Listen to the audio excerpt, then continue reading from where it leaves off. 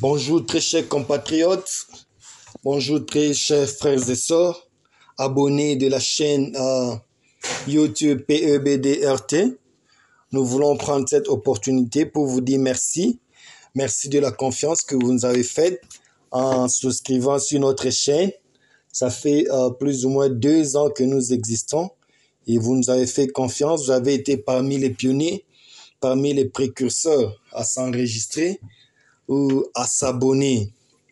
Alors, nous avons été pendant les 2 ans passés inactifs dans la mesure où nous ne faisions pas les émissions en live comme ça, c'était plus poster les vidéos. Mais il vous souviendra que nous avions promis de temps à autre, s'il y a des actualités vraiment importantes, pour ne pas abuser de votre temps, nous viendrons aussi de telle sorte que nous puissions réfléchir ensemble, quoi. Alors pour cela, je vous avais dit que nous pouvions communiquer au moyen de l'email adresse qui est pebdm2 qui est @gmail.com. Donc pebdm2 @gmail.com. Alors une fois de plus, nous voulons profiter de cette occasion pour vous souhaiter nos vœux les meilleurs au courant de cette année 2022 commençant.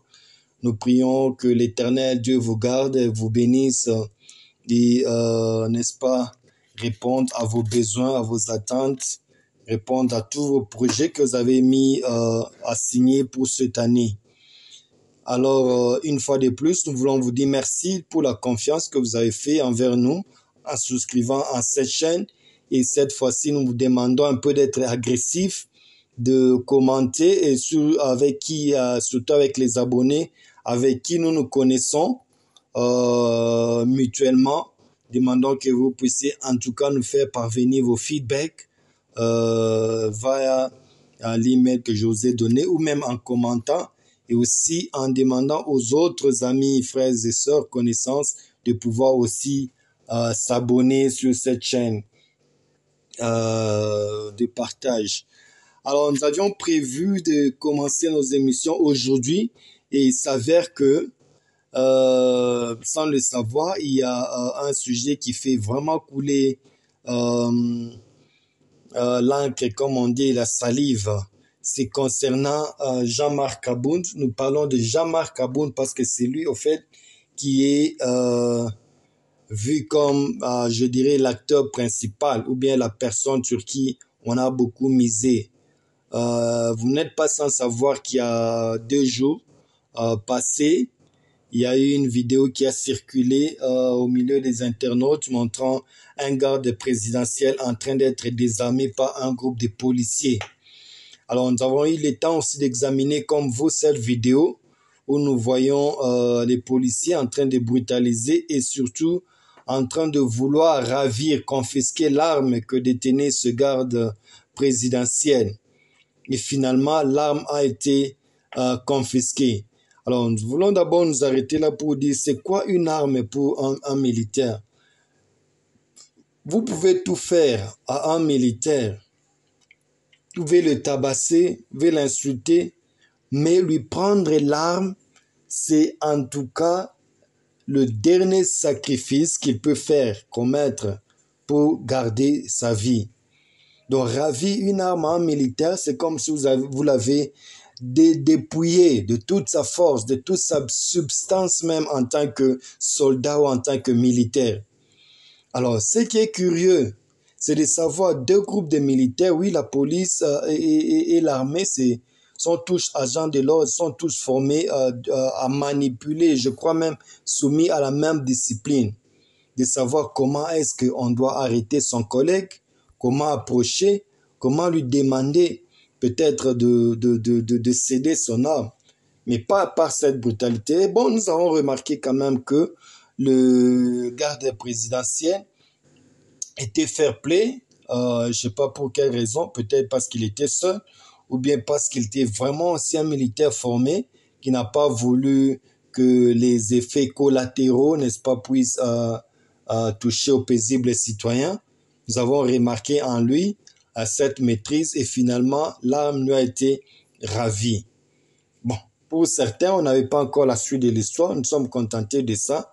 Ça, bon, ce sont des choses qui arrivent souvent au Congo et bon, on a minimisé, bien, on n'a pas donné trop d'attention sur cette vidéo. Et quelques jours après, maintenant bien les versions commenceront maintenant à couler pour dire non, bon voilà, la Jeep qui roulait à sens inverse détenait un membre à son bord, avait un membre de la famille présidentielle à son bord qui était, n'est-ce pas, sécurisé par le garde présidentiel. Bon, là, nous pouvons dire que ce n'est pas un problème parce que ça fait partie de leur mission régalienne de protéger la famille du chef de l'État et ainsi que c'est bien. Bon, aussi longtemps que cette personne, selon, je dis bien, je parle au conditionnel, serait un membre de la famille du chef de l'État, même si on ne l'a pas vraiment identifié comme tel. Et après, la version aussi, encore conditionnelle, dira que les policiers qui ont brutalisé le garde des présidentiels étaient commis à la gare de Jean-Marc Abound, le premier président de l'Assemblée nationale, qui avait commis ce forfait. Mais dans la vidéo, nous n'avons pas identifié physiquement, bien vu le visage, ou bien M. Kabound en train de donner l'ordre à la police, à la sécurité commise à sa gare, de ravir ou de désarmer leurs collègues. Bon, nous pouvons d'abord nous limiter à ça, à ce que nous avons vu avant d'entrer en détail. Alors, qu'est-ce que nous pouvons tirer de cette leçon? Et comme vous le savez, encore une fois de plus, nous avons dit que nous étions une chaîne à tendance, n'est-ce pas, de la mouvance, si je peux l'appeler, ou bien de l'obédience du chef de l'État. Nous avons remarqué que beaucoup ont critiqué, mais sans proposer. Nous venons plutôt avec des propositions concrètes à faire. Je ne dirais pas au chef de l'État, mais à toute l'administration, que ce soit la police, soit l'armée, ou bien à toute personne qui peuvent jouer un rôle d'une manière ou d'une autre. Et parce que là, je dis bien que le président était en mission de service au Malawi, qui est dans le cadre de la 42e, si je ne me trompe pas, réunion de SADC. Il n'était pas présent et puis il ne peut pas tout faire à la fois. Il n'est pas un magicien, il ne peut pas s'occuper de tout. Il y a quand même des gens qui sont commis, n'est-ce pas, par exemple, à la surveillance routière. Et le chef d'État ne doit pas faire tout. Ce n'est pas même dans sa juridiction, bien dans ses prérogatives, de devenir agent de l'ordre pour régulariser la circulation routière.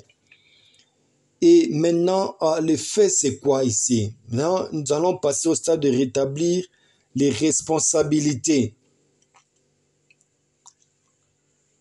En tant que bons citoyens, nous savons que nous devons tous être soumis à la loi. Et c'est ça même le leitmotiv du chef de l'État, son Excellence Félix-Antoine Tshisekedi, qui a dit dans un état de droit, il y a une justice indépendante. Ici, le fait d'abord, comme on dit, la goutte qui a fait déborder le vase, c'est quoi? C'est le fait que le véhicule est venu au sens contraire, comme tous nous avons vu. Ça, c'est un fait à condamner en tant que citoyen. Nous ne pouvons pas admettre qu'il y ait une catégorie de gens qui brisent, qui enfreignent à la loi à leur guise, comme bon leur semble. Quel que soit, je ne dis pas que non, dans certaines circonstances, oui, on peut bloquer la route, on peut autoriser que les gens puissent rouler en sens unique. Il y a oui, mais cela doit être communiqué. Je vois des cas, il peut s'agir par exemple d'un marathon ou bien de marches comme on a l'habitude à Kinshasa, de faire des marches de santé. On peut communiquer, l'autorité peut être saisie et puis donner des heures, avertir aux autres conducteurs, non, bon, voilà, de telle heure à telle heure, pour telle raison, la route peut être fermée et pour cela, on va autoriser que les gens passent dans le sens contraire. On ne dit pas que ça n'existe pas, ça peut exister pour certaines raisons bien spécifiées. Alors, la Jeep a brisé enfin la loi routière en conduisant dans le sens unique. Maintenant, la question de savoir aussi, est-ce qu'il appartenait aussi à un groupe de policiers, n'est-ce pas, qui ne sont pas de ces ressorts, n'est-ce pas, de régulariser la circulation routière, de faire justice. Dans un état de droit, je dirais non, parce que chacun doit jouer sa partition. Chacun est appelé à faire quelque chose. Qu'est-ce que la police aurait fait peut-être? Moi, je pense qu'il pouvait informer l'autorité, mais je ne sais pas. On ne s'est pas proposé beaucoup de choses pour l'instant. Nous savons les conditions de notre pays. Il faudrait peut-être prendre les images ou bien la plaque d'immatriculation de ce véhicule, ou bien l'arrêter, lui demander aussi en tant que bon citoyen de reprendre, n'est-ce pas, la direction normale comme tout le monde. Mais il ne leur appartenait pas de brutaliser aussi l'individu. Parce que nous savons tous que nul ne peut se rendre justice, ça aussi. Alors, il n'appartenait pas aussi à un groupe de policiers aussi de faire ce qu'ils avaient fait au nom, je ne sais moi de quoi. C'est là que les bas blessent maintenant. Écoutez-moi très bien, j'ai établi ici les responsabilités.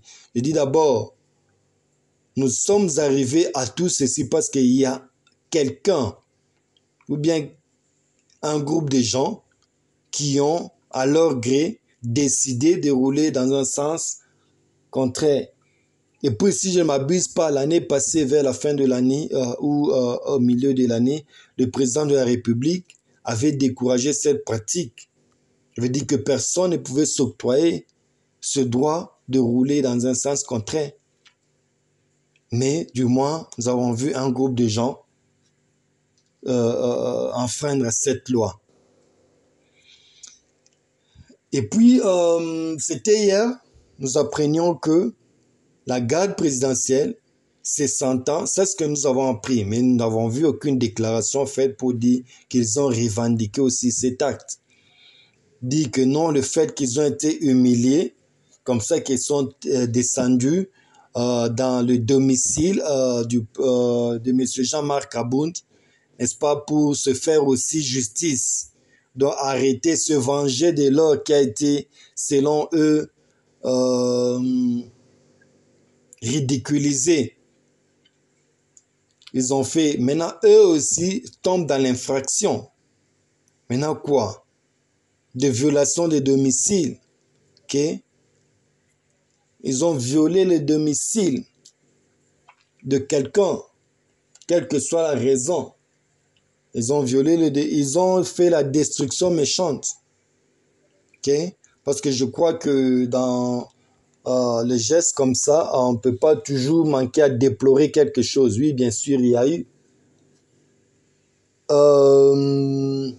Ce matin, nous réveillons maintenant, nous voyons les images de la caméra, de CCTV cameras. Nous avons vu les images, comment la garde présidentielle est entrée à l'extérieur. Parce que la caméra n'était pas en mesure de prendre ce qui s'est passé à l'intérieur, à moins qu'il y ait un autre footage, quelques images de l'intérieur. Mais nous avons vu seulement de l'extérieur comment ils sont entrés. Et puis, voilà. Alors, chers compatriotes, nous voulons maintenant que nous puissions réfléchir ensemble. Les choses comme ça sont les choses qui développent. Le Congo a besoin pendant ce moment de l'unité, comme je disais, que chacun puisse un peu jouer sa partition. C'est ça, la reconstruction du pays n'est pas l'œuvre d'une seule personne. Ce n'est pas l'œuvre du chef de l'État seulement, mais c'est pour nous tous. Mais où est-ce que, en tant qu'individu, en tant que l'État, en tant que compatriotes, bons citoyens, pères de famille, nous manquons à ces objectifs? Ici, maintenant, notre proposition serait ceci. Acquis de droit au chef de l'État. Vous avez parlé de la justice. Dans un État, il y a une justice indépendante. Pour couper court maintenant à toutes ces spéculations, pour couper court à tout ce que nous avons entendu, moi j'aurais préféré ceci. La justice devrait se saisir de cette affaire pour, n'est-ce pas, répartir les responsabilités. Nous devons quand même voir c'est qui avait commis quoi, qui a fait quoi, qui a violé le code de la route, quelles sont les amendes qui lui ont été imposées à cause de cela, parce que nous sommes dans l'état de droit, nul n'est au-dessus de la loi. Mais cela n'a pas été fait. À moins que ça ait été fait, peut-être qu'à ma connaissance, je ne suis pas informé, mais je ne pense pas. C'est là qu'il fallait commencer. Pour décourager cette pratique, une amende devrait être payée à la personne qui avait brisé le code de la route. Mais aussi dans la même optique, la garde présidentielle, vous savez, elle ne pouvait pas se comporter. C'est quand même une garde de dignité. Quand vous gardez le chef de l'État, ça veut dire que vous êtes des gens moralement, spirituellement, physiquement considérés, savoir ce que vous avez à remplir comme mission. Aller escalader les murs bien forcés, faire une descente musclée comme nous avons vu dans un état de droit, ça frise. Des voisins étaient traumatisés. Est-ce qu'avez-vous pensé à tout cela? Alors qu'est-ce que la justice a fait pour établir cette responsabilité, sachant que nous sommes dans un état de droit? Qu'est-ce que la justice a fait? Moi, je sais parce que j'en ai une petite connaissance en la matière de sécurité, bien de l'armée. On a le droit d'arrêter un autre militaire, c'est le PEM, la police militaire. Dans un état de droit, moi, j'avais voulu à ce que pendant le jour que la police militaire débarque avec un mandat spécifique chez M. Jean-Marc Kaboun pour demander à ce que les auteurs qui avaient commis cet acte de se présenter devant l'autorité afin qu'ils soient écoutés, afin qu'ils soient attendus. Mais il ne revenait pas aussi à la garde présidentielle de nous livrer à ce spectacle que nous avons vécu. Alors, si nous voulons entrer dans d'autres paramètres, oui, moi je vois mal que la police, n'est-ce pas, censée garder une autorité qui désarme un garde présidentiel. Sur le plan psychologique, ça montre que vous avez dépouillé, que vous avez maintenant plus de l'autorité, donc vous avez comme si dépouillé le chef de l'État d'une certaine autorité. Alors, nous demandons aux responsables de la police de bien éduquer nos policiers, nos militaires. C'est un métier noble, je vous dis. Être policier, bien militaire, sont des gens qui ont donné leur vie pour garder la sécurité, pour s'occuper de la sécurité des personnes et leurs biens. Sont des gens qui ont l'autorité devant toute personne. Mais hélas, la manière de se comporter frise. Alors, ce n'est pas tard d'agir. Je crois que la justice devra se saisir de cette affaire. C'est la meilleure façon de blanchir les uns, aussi de condamner les autres, pour que ceux-ci servent d'exemple de certaines pratiques telles que celle-ci ne puissent pas se répéter. À part ça, vers les après-midi, nous apprendrons que le secrétaire, le premier président de l'Assemblée nationale, M. Jean-Marc Kaboun, aurait démissionné. Et cela a été fait par le canal de Twitter. Mais là, je trouvais aussi un peu de l'irresponsabilité. En tant qu'autorité, si vrai ou faux, ne pouvait pas d'abord utiliser ce canal. C'est comme ça que moi, je n'avais pas considéré ça. J'ai dit, mais comment est-ce qu'on peut présenter sa démission à travers des réseaux sociaux? J'avais trouvé ça un peu louche.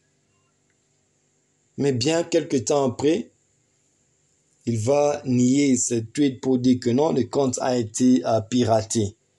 Mais sur le plan de la technique aussi, devons voir comment est-ce que le compte a été piraté. Et puis lui-même est passé pour dire, calmer quelques de ses partisans, pour dire que, ben voilà, c'est dans les quelques heures, la décision qu'il a prise, c'est pour leur bien. Quelle décision? Si jusque-là, il n'a pas accepté la paternité de ses suites, quelle décision a-t-il fait allusion? Donc, quelque part, il y a déjà une décision. Et jusqu'au moment où je vous parle, il y a encore des gens qui disent que non, bon, voilà, c'est vrai, les carottes sont cuites. Et il a démissionné. Il y en a qui disent, bon, il n'y a pas encore une clarté sur ça. Et les gens sont allés dans tous les sens, incriminant l'UDPS, parlant de l'UDPS, tout ça. Moi, je pense qu'il faut établir les responsabilités. S'il a démissionné en tant que, j'utilise encore le conditionnel jusqu'à preuve du contraire, s'il a démissionné en tant que premier président de l'Assemblée nationale, ça veut dire que l'acte a été commis aussi sous cette fonction. Et moi, je ne vois pas comment est-ce que l'UDPS doit s'impliquer, s'ingérer dans cette affaire. Et ça, j'en appelle au civisme. Écoutez, devons établir les responsabilités. Lorsqu'une personne, cette habitude au Congo prend un peu racine, un individu qui commet un forfait, ce sont les gens, les ressortissants de sa province, un fils digne d'eux qui vont prendre le devant. Non, devons à un certain moment savoir que l'infraction est individuelle. Lorsqu'une personne commet un forfait, jusqu'à ce que la justice puisse établir qu'il est coupable de ses actes, je crois qu'il devra répondre seul, laissant la justice faire son travail. S'il est coupable, il sera coupable, il y aura un procès équitable. Et s'il n'est pas, il sera relâché.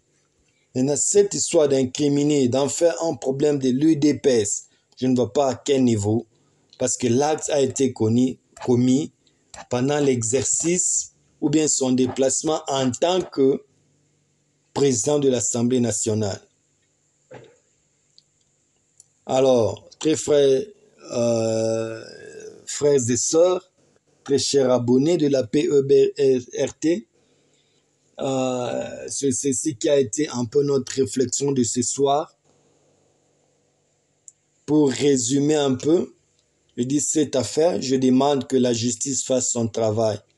Comme le chef de l'État lui-même l'avait déclaré que dans un État de droit, il y a une justice indépendante. Nous voulons voir que ceci serve d'exemple.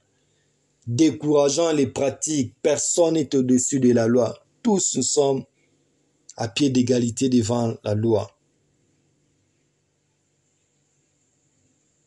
Tous sans exception. Demandons à la justice, il n'est jamais trop tard d'agir, de rappeler ce garde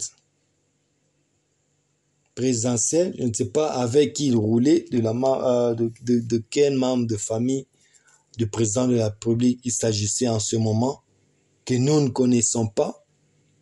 Il n'y a que la justice qui peut nous les faire savoir de se présenter. Je crois eux, ils vont écoper d'une amende selon ce que la loi dit. Et aux autres policiers qui ont brutalisé le garde présidentiel, aussi de répondre de leurs actes, selon, n'est-ce pas, la justice militaire. Parce que ce n'est pas de cette manière, en tout cas, qu'on peut arrêter un compagnon d'armes. Et de l'autre côté aussi, ces mêmes gens qui sont allés vandaliser, nous n'avons pas vu les images de comment ils avaient été vandalisés. C'est la justice qui peut nous éclairer sur ce point, mais nous avons vu au moins qu'il y a eu violation de domicile et que eux aussi puissent répondre de leurs actes. Et de cette manière, les choses seront éclairées au lieu de laisser la place aux spéculations, à l'amalgame, à la confusion dans un état de droit. Demandons que la justice fasse son travail. Voilà un peu ce que nous avions partagé avec vous ce soir. Comme nous avons dit, aimez la vidéo, partagez, encouragez aussi les autres à s'abonner. Et je crois par la grâce du Seigneur, demain, nous allons rentrer pour donner encore d'autres développements sur ce cas. Et pour l'instant, pendant que nous sommes en train de faire cette émission, s'il s'avère que M. Jean-Marc Abound a démissionné, nous allons demander aux membres de l'UDPS de garder leur calme. De garder leur calme. Ainsi, en famille, dans l'UDPS, il faudra maintenant s'asseoir pour évaluer les pour et les contre de cette décision. Parce qu'on ne peut pas non plus interdire à quelqu'un en âme et conscience, un politicien vertébré à la trempe de M. Kabound, de prendre la décision qui lui semble bon. Et si ça aura des effets au sein du parti, je crois que tout problème a toujours une solution. Ce n'est pas la fin du monde. Il ne sera pas la première personne à le faire, car nous avons une jurisprudence ou bien quelques exemples dans le passé. Et lui-même ne sera pas la première fois de ne pas être sur ce siège. Ça ne sera pas la première fois parce que la première fois, il a été évincé. Et cette fois-ci, il a fait de son propre gré. Voilà, très chers compatriotes, notre émission de ce soir dans le cadre de l'émission Mwinda. Mwinda pour éclairer, comme nous avons dit, nos interventions. Il y aura cette émission Mwinda. Nous avons éclairé les lanternes. Et ce qu'il y a eu comme solution, nous avons proposé que la justice s'en saisisse, fasse son travail pour apaiser les esprits, pour donner un exemple, pour corriger selon la rigueur de la loi, afin que l'ordre règne dans le pays. Je vous remercie.